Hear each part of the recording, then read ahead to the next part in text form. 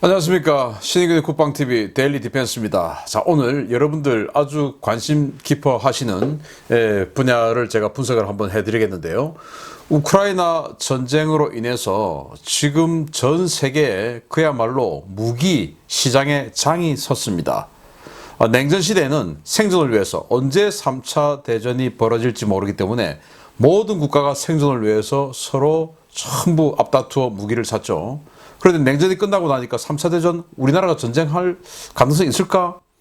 이런 판단을 하면서 전부 감군을 하고 하면서 무기를 안 사는 겁니다. 이런 상황에서 그나마 전쟁이 일어났고 또 전쟁이 일어날 가능성이 아주 높았던 중동 지역, 그리고 우리 한반도 또 대만, 이런 지역을 중심으로만 무기 시장이 좀 활발하게 진행되었었고, 나머지는 뭐 우리가 무슨 전쟁이야 이러던 차에 우크라이나 전쟁을 통해서 이거 남일이 아니네 해서 완전히 32년 만에 최대의 무기장이 섰습니다. 자, 그래서 세기의 기회입니다. K방산 유럽을 뚫어라 라는 주제로 우리 한국제 무기들이 유럽에서, 지금 동유럽을 중심으로 유럽에서 얼마나 경쟁력이 있고 가능성이 있는지, 또 어떤 무기들인지 한번 보도록 하겠습니다. 자, do you want a weapon? Yes! 지금 그 불곰이 우크라이나 확 덮치는 거 보니까 이거 진짜 남일이 아니잖아요. 다 이거 큰일 났다, 나라 지켜야 되겠다 라는 생각으로 이제 무기 체계를 도입하려는 이런 자발적인 이런 마음들이 모든 나라들이 생기기 시작하는 게 바로 유럽의 현실입니다. 자, 그래서 그동안 이 냉전이 해체되고 과거 공산권이었던 동유럽 국가들, 이런 나라들이 나토에 편입이 되었습니다. 그러면은 나토는 나토 표준화 협정, 즉 나토 스탠다디제이션에 따라서 이 모든 군수품을 서로 간에 호환을 할 수 있어야 돼요. 그래서 이 협정에 가입을 하면 나토의 무기 체계와 똑같은 사이즈의 호환할 수 있는 탄약들, 무기들을 구매하고, 그렇게 해서 자신의 나라에 전쟁이 발생했을 때는 지원을 받고, 또 다른 나라에 전쟁이 발생해서도 지원을 해주고, 이런 협정을 다 한 겁니다. 그런데 나토에 가입하면 당연히 이 협정에 서명을 하게 되는데, 동유럽 나라들이 빨리 그 나토 규격의 무기로 바꾸지 않는 거예요. 그래서 폴란드에 전차가 있다, 또 어디에 전차가 있다 이러면은 다 120mm 포탄으로 바꿔야 되는데, 그들이 그전에 쓰던 T-72 전차는 125mm 아닙니까? 그러면 서로 간에 기존 나토 국가들하고 호환이 안 되죠. 그런데 이런 것들을 전혀 바꾸지 않고 그냥 통신, 무전기 통신 요 정도만 좀 바꾸어서 훈련하는데 대단한 어려움을 좀 피해가는 이런 식으로만 해왔던 거예요. 그런데 미국을 비롯한 나토에서는 야, 계속 좀 바꿔라 라고 압박을 주고 있었지만 안 바꾸었던 거예요. 그게 여기 이제 발트 3국이죠.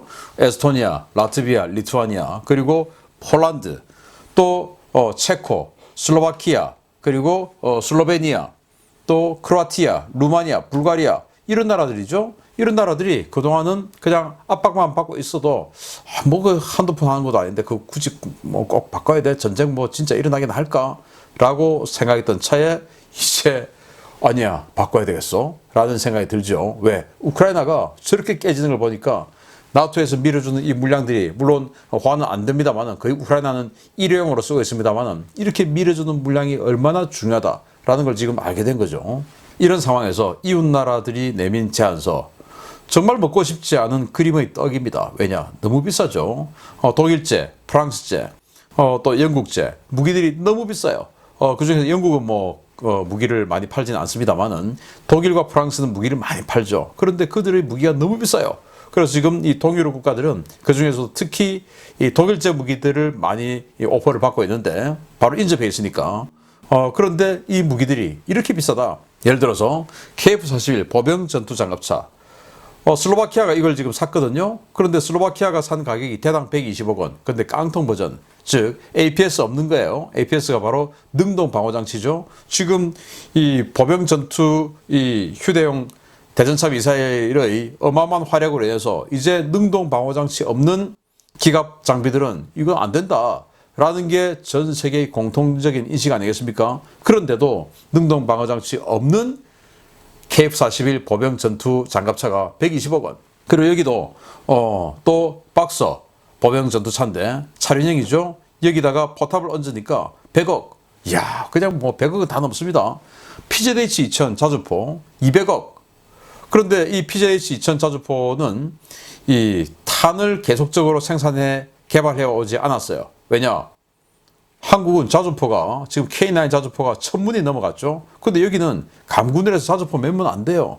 그러니까 이 포탄 생산하는 업체가 이 포탄을 한 개 뭐 연구 개발하면 어마어마한 비용이 들어가는데 그 비용을 몇십 문 되지도 않은 독일군에서 사용한다? 그럼 포탄값이 뭐 상상을 할 수 없게 되죠. 그런데 우리는 1000문이 넘는, 그리고 K55까지 포함하면 2000문이 훌쩍 넘어가는 자주포를 운영하기 때문에 155mm를 포탄을 계속 개발하죠. 그래서 우리는 지금 54km 날아가는 포탄까지 나왔어요. 그리고 여기 이 레오파르트 2A7 전차, 우리 한국의 K2 흑표 전차처럼 55 구경장 서방제 전차로선 유의하게 우리 한국의 K2 흑표와 이 레오파르트 2A7 여기가 55 구경장의 주포를 갖고 있는데 여기도 200억 원 깡통 버전 APS 즉 능동 방어 장치 없는 버전이 200억 원. 근데 이게 작년에 카타르에 팔렸거든요. 카타르에 대당 450억 원에 팔렸습니다. 독일 연방군이 자기네들이 도입하는 가격이 1,500만 유로라 그랬습니다. 그러니까 200억 원이죠. 독일군은 이 레오파르트 2를 운영할 수 있는 모든 제반 장비가 다 돼 있죠.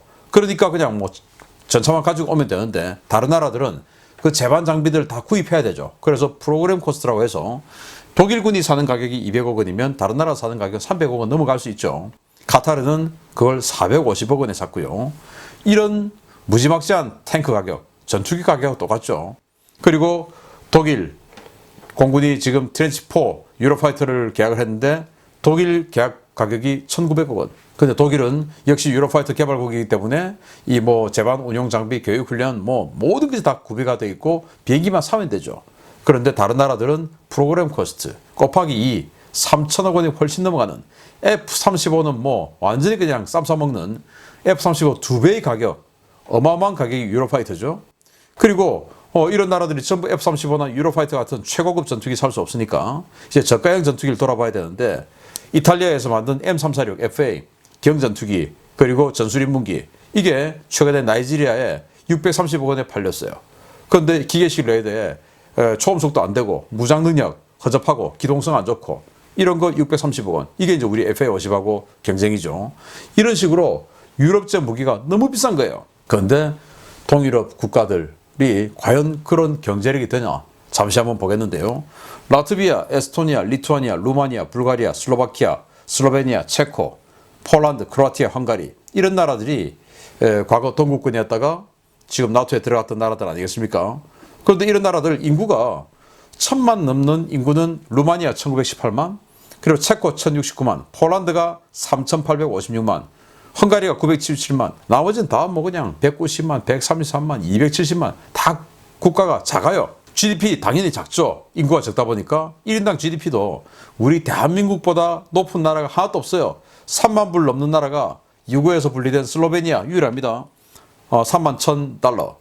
그리고 나머지는 뭐 2만 달러대 초반 아니면 10,000달러대 뭐 이런 식이기 때문에 그들의 국가 총 예산이 아주 적을 수밖에 없어요. 그러다 보니까 국방 예산이 1조 원 넘는 나라가 별로 없어요.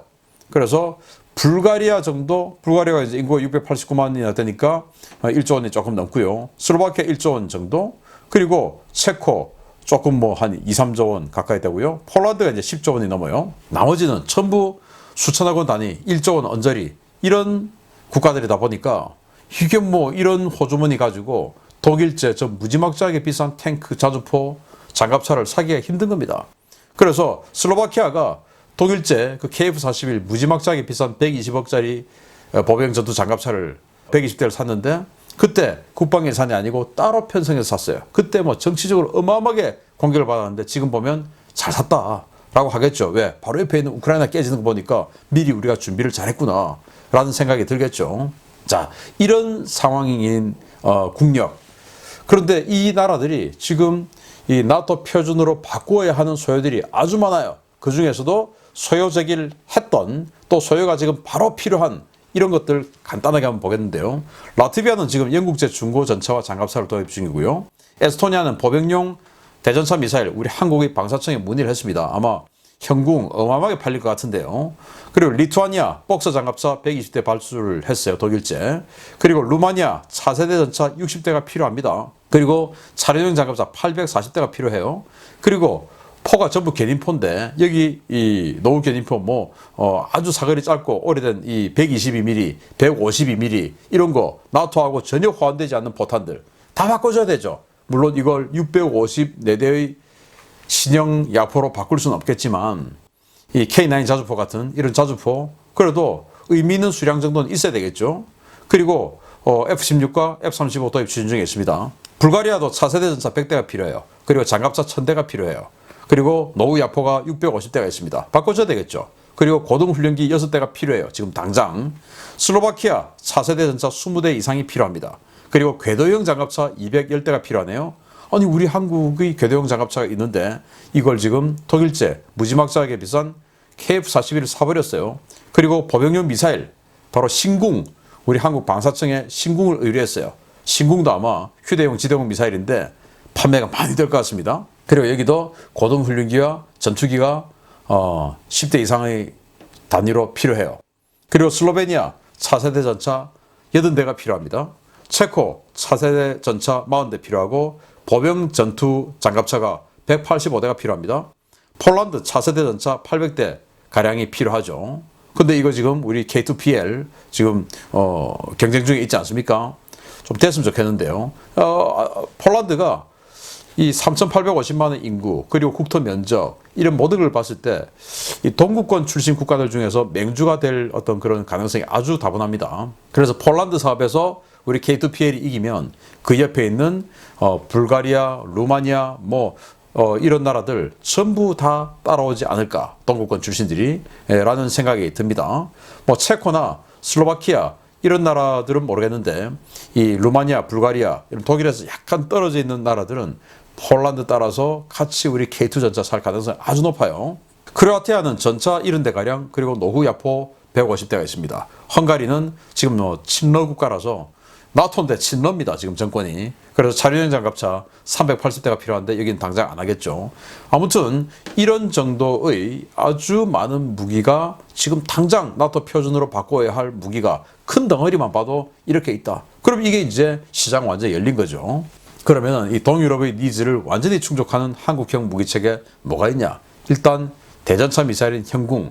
이번 우크라이나 전쟁을 통해서 제블린의 위력을 봤습니다. 그 제블린을 참조해서 만든 게 우리 한국의 현궁인데 제블린의 단점을 완벽하게 보완한 미사일이 바로 현궁이에요. 제블린의 단점이 뭐냐면 일단 비싸다. 우리는 싸게 만들었죠. 제블린의 단점이 이 조준해서 락온하는데 시커를 냉각시켜야 되니까 무려 30초나 걸린다. 그래서 적전차가 있는데 그걸 쳐다보고 30초 동안 조준하고 온 해가지고 계속 조준하고 기다려야 되는 거예요. 그래서 적외선 시커가 냉각이 딱 돼가지고 삐빅 됐다 하면 그때 이제 쏘는 겁니다. 얼마나 30초 동안 마음이 쫄리겠습니까? 보병이. 그런데 우리 한국의 현궁은 그거 없이 바로 그냥 딱 파워 온, 딱 보고 조준 끝, 쏘면 끝입니다. 그러니까 생존성 아주 탁월하고 그 대신 제벌린보다 사거리가 약간 짧아요. 그런 단점은 있습니다. 그래서 우수한 명중률에 빠른 락온 그리고 저렴한 가격. 제벌린이 17만 8천 달러. 이 발사기와 탄 한 발 포함해서 우리는 현궁은 8만 달러. 제벌린은 탄 한 발만 8만 달러. 우리는 발사기 포함 8만 달러인데 탄은 한 4천만 원 정도 하겠죠. 아마 이 현궁은 정말 어마어마하게 팔릴 거다. 날개도 친 듯이 팔릴 거다라고 생각을 합니다. 이 현궁을 생산하는 업체 아마 대박 터질 겁니다. 자, 그리고 K9A2 썬더 자주포. 지금 아까 보시다시피 야포 대체 소요가 엄청나게 많죠. 그런데 이 K9의 이 경쟁자라고 할 수 있는 PZH-2000 너무 비싸죠. K9의 2배 이상인데 K9은 여기다가 K10 탄약 운반 장갑차까지 포함해서 세트로 해서 대당 80억 원 이내인데 세트로 해서 탄약 운반 K10 장갑차까지 포함해서 PZH-2000 독일제는 그냥 사주포 하나가 무려 200억 원 넘지 않습니까? 그런데 우리 K9A2는 K9에서 3분간 18발 사격할 수 있었던 것을 3분간 27발 사격할 수 있게 아주 사격 속도를 빠르게 만들었고요. 그리고 사거리를 기존에는 40km였는데 54km로 늘렸어요. 전차포탄도 그렇고 자주포탄도 그렇고 우리 한국제가 최고입니다. 왜? 제일 많이 운용하니까 그렇습니다. 그래서 이 만드는 풍산 여기서 뭐 어마어마하게 연구를 해서 전차포탄의 관통력 한국제 최고입니다. 물론 뭐 미국의 열화 우라늄탄 있지만 그거 빼고 텅스텐 탄자를 가진 전차포탄 중에서는 우리가 최고예요. 우리가 독일 기술을 받아서 만들었지만 독일은 자기네들 전차 몇 대 안 되니까 개발을 못해요. 우리는 전차가 지금 뭐 2000대가 훌쩍 넘어가니까 계속 개발하죠. 그래서 우리 전차 포탄의 관통력 최고, 그리고 우리 자주 포탄의 사거리가 최고입니다. 자, 이러다 보니까 지금 또 유럽 4개국에 수출했고, 그래서 이 후속 군수 지원도 용이하죠. 그리고 세자르나 지자나나 뭐 아처나 이런 차륜형 자주포보다 훨씬 더 강력한 방어력을 가지고 있으면서도 그것들보다 싸요. 이게 안 팔리는 게 이상하다. 앞으로 저는 그렇게 생각을 하고요.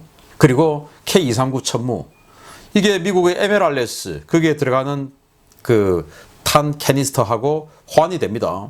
이게 이제 한 발 한 발 꽂는 게 아니고 이 캐니스터 하나를 그냥 6발들이를 왕창 완전 뭐 탄창 갈듯이 이렇게 꼽거든요. 그게 호환이 돼요. 우리가 왜냐? 우리도 미국의 에메랄레스를 운영하고 있기 때문에 호환되게끔 만들었습니다. 그래서 미국의 에메랄레스와 탄이 호환되고 그보다 더 긴 사거리. 에메랄레스 사거리가 45km인데 우리는 80km까지 쏠 수 있죠.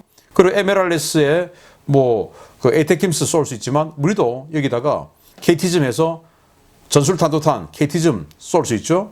아주 좋습니다. 이번 전쟁을 통해서 단거리 전술탄도탄의 위력 봤지 않습니까?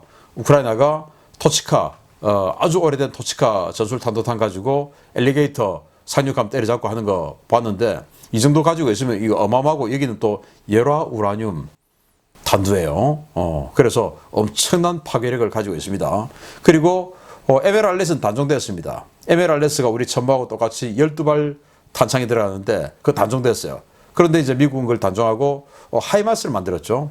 M142. 근데 하이마스보다 우리가 공격력은 2배.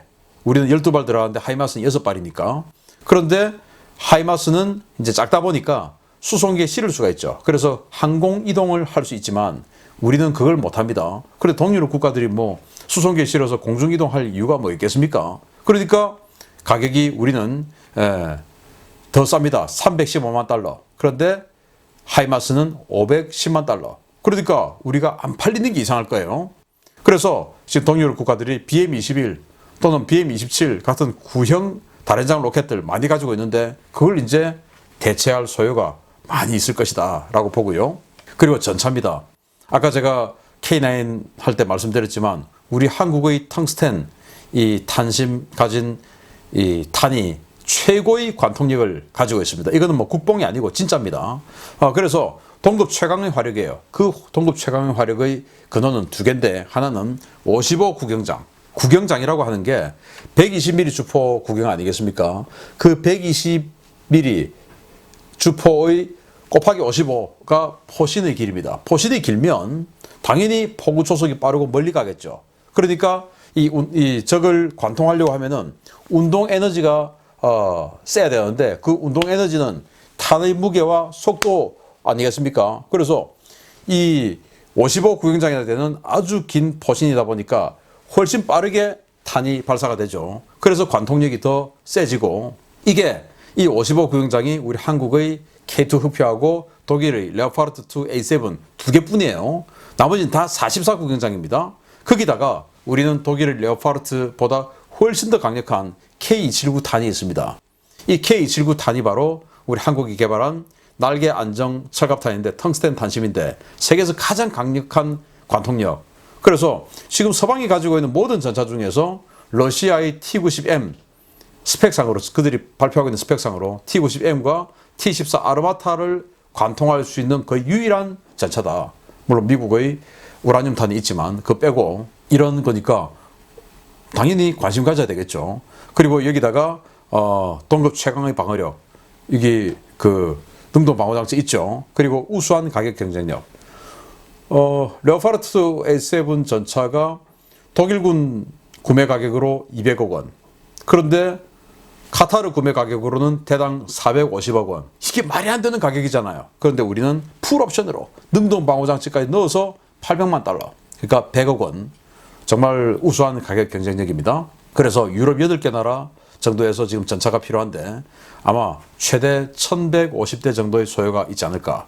물론 최대의 경쟁자는 지금 독일 레오파르트 2 A7이고 두 번째 경쟁자는 이 프랑스의 르클레르인데 르클레르는 30년 동안 이 탄을 개발을 안 했어요. 그리고 52 구경장이기 때문에 공격력이 아주 약합니다. 그래서 독일의 레오파르트 2 A7하고 우리 한국의 K2 후표가 2파전을 앞으로 이 유럽 시장에서 벌이지 않을까라고 생각을 합니다. 참고로 미국의 M1A2 에이브람스 전차를 작년에 폴란드가 250대를 긴급하게 샀는데 대당 250억 원에 샀습니다. 우리 한국 K2보다 2배죠. 근데 그거 공격력, 방어력 K2보다 훨씬 낫습니다.